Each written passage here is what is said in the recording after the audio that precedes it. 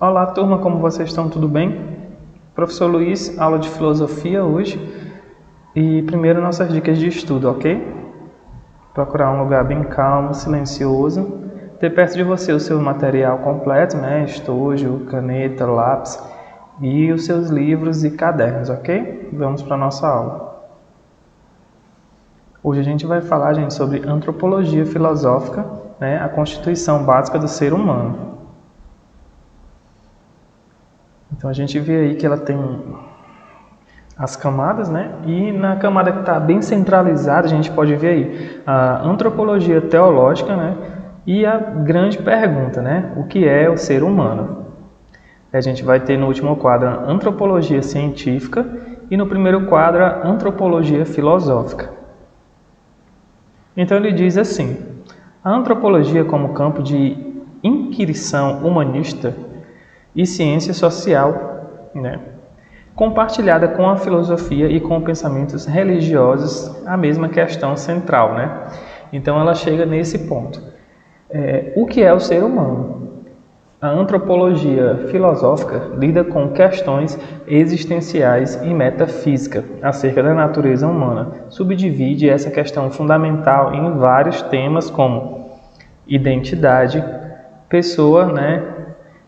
Personalidade, livre-arbítrio e determinismo, constituição humana também, natureza humana, o psique, a mente e outros, né, tópicos que a gente vai estudar futuramente. Então ele diz o seguinte: há de se falar também de uma filosofia antropológica.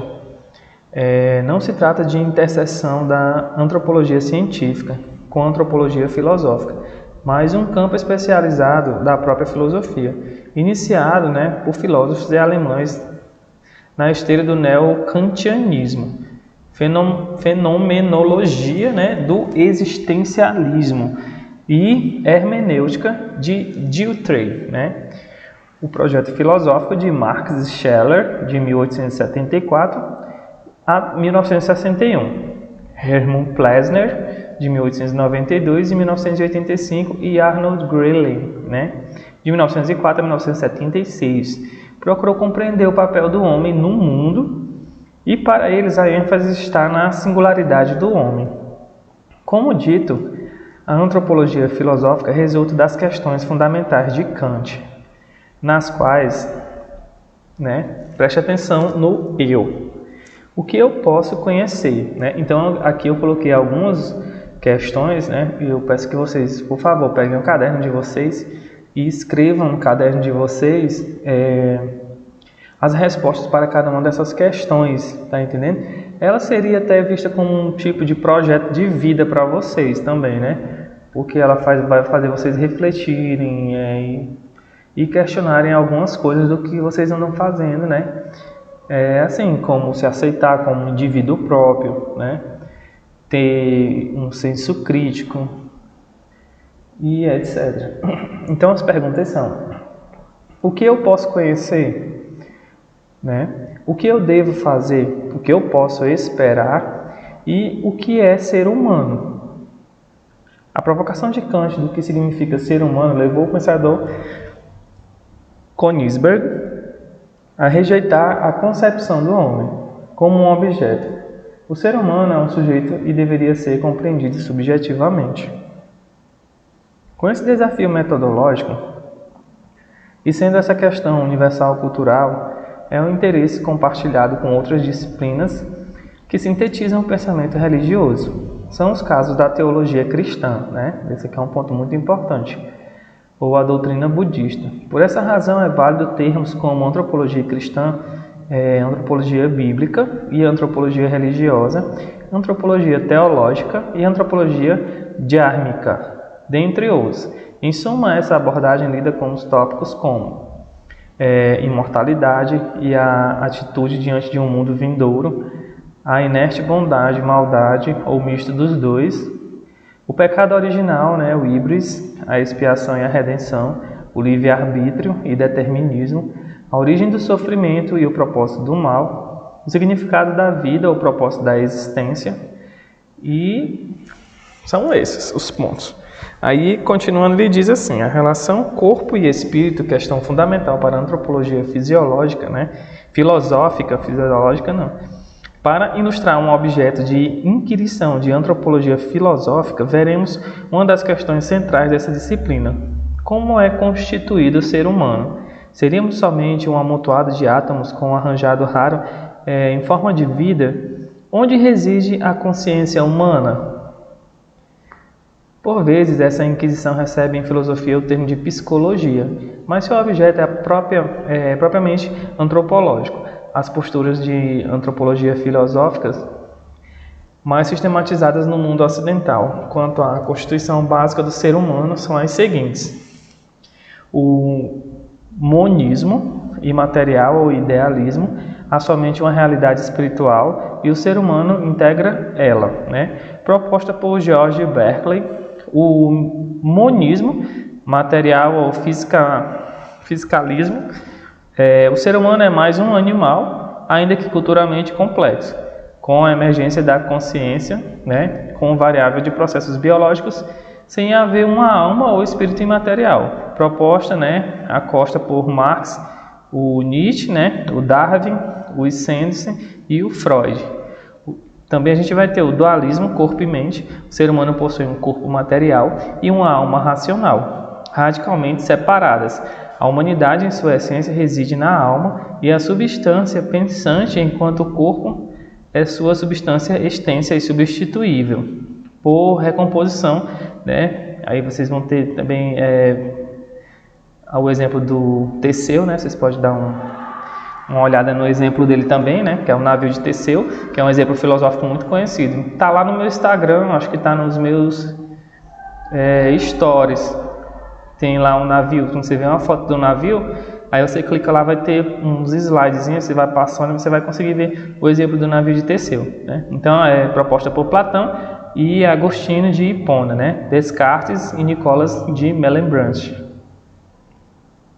Realismo hilomorfista, né? Há somente uma substância inseparável para o ser humano vivente, porém sob dois princípios antríssecos, né? A matéria primária potencial, enquanto a fórmula substancial sendo atual. Para a tradição aristotélico-tormística, no geral, esses são significados para termos corpo e alma, né?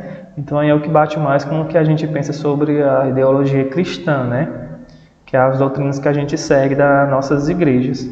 O aspecto imaterial do ser humano depende do material para adquirir um conhecimento e viver nesse mundo, proposta por Aristóteles, né? Duns Scotus, Yves Saint-Bron e Tomás de Aquino, né? Também a gente vai ter o trialismo ou tricotomia, distinção entre três fundamentos do ser humano, né? Corpo, alma e espírito. Enquanto o ser humano compartilha a matéria e a vida com os animais, a consciência seria um terceiro elemento único. Por vezes o termo alma refere-se à vida e espírito à consciência, mas há pensadores que usam esses termos de modo invertido. É uma concepção eminentemente cristã, derivada de uma leitura literal de Paulo, né? E ele dizia assim, e o mesmo Deus da paz vos santifique em tudo, e todo o vosso espírito e alma e corpo sejam plenamente conservados, irrepreensíveis para a vinda do nosso Senhor Jesus Cristo. Né? E também a gente vai ter no Tessalonicenses, né, 5:23, que ele diz assim: proposta por autores iniciais da patrística, né, como Irineu, Melito de Sardes, Justino Manti, né, Origênesis, bem como por pensadores germânicos como Lutero, o Kierkegaard, né, teólogos reformados do luteranismo no século XIX. Né? Então a gente vai ter aí o Tessalonicenses, né, o 5:23, que ele diz essa passagem aí da Bíblia, né? É o mesmo Deus de paz, né? E o mesmo Deus de paz vos santifique em tudo, e todo o vosso espírito e alma e corpo sejam plenamente conservados e irrepreensíveis para a vinda de nosso Senhor Jesus Cristo, né? Então está falando da imortalidade, certo? De crer em Jesus Cristo e você ter, né, a plenitude da sua alma. Também tem o transcendentalismo ou fenomenologia,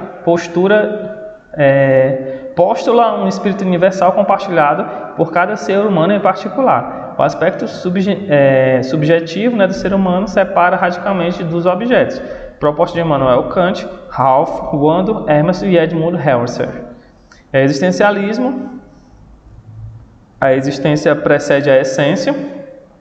O ser humano existe no mundo, com suas escolhas se define como ser ou essência, proposto por Heidegger, o Sartre e Gabriel Marcel, né? E tem o estruturalismo e a antropologia simbólica. É a realidade humana, né, que reside em plano simbólico.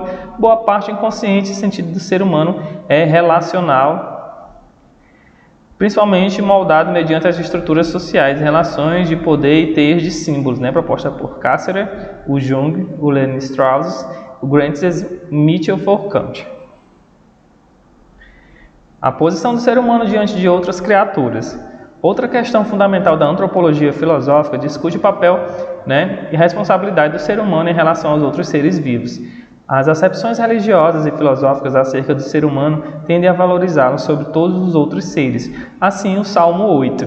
Né? Então, no Salmo 8 a gente vai ter isso daqui que é falando, né, uma referência sobre a responsabilidade que a gente tem com os outros seres vivos, já que a gente é o ser principal, né, já que somos pensantes, né, a gente usa da nossa capacidade de raciocinar, né, de pensar e poder fazer o que a gente tende por certo e errado, né?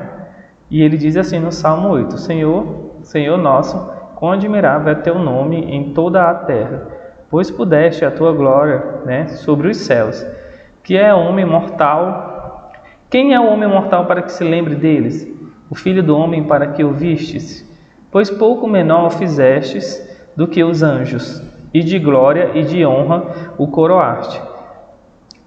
Fazeis com que ele tenha dominado sobre as obras das tuas mãos, tudo pudeste debaixo dos teus pés, todas as ovelhas e bois, assim como os animais do campo, as aves dos céus e os peixes do mar, e tudo o que possa pelas veredas dos mares. Né? Então aí ele fala nesse salmo sobre a importância da gente, além de a gente conseguir viver em harmonia, a gente também poder respeitar os outros seres, né? Já que foram todos concebidos pela mão de Deus, né? A mão de Jesus Cristo. E como exercício para vocês, gente, eu vou deixar pesquisar e escrever sobre o antropocentrismo, né, cristão. Escreve 20 linhazinhas, tá? E manda para mim fazer a correção. Lembrando que o conteúdo das nossas aulas vai estar disponível em escolapequenospassos.com.br. Eu vou ficando por aqui. Até a próxima aula. Um grande abraço.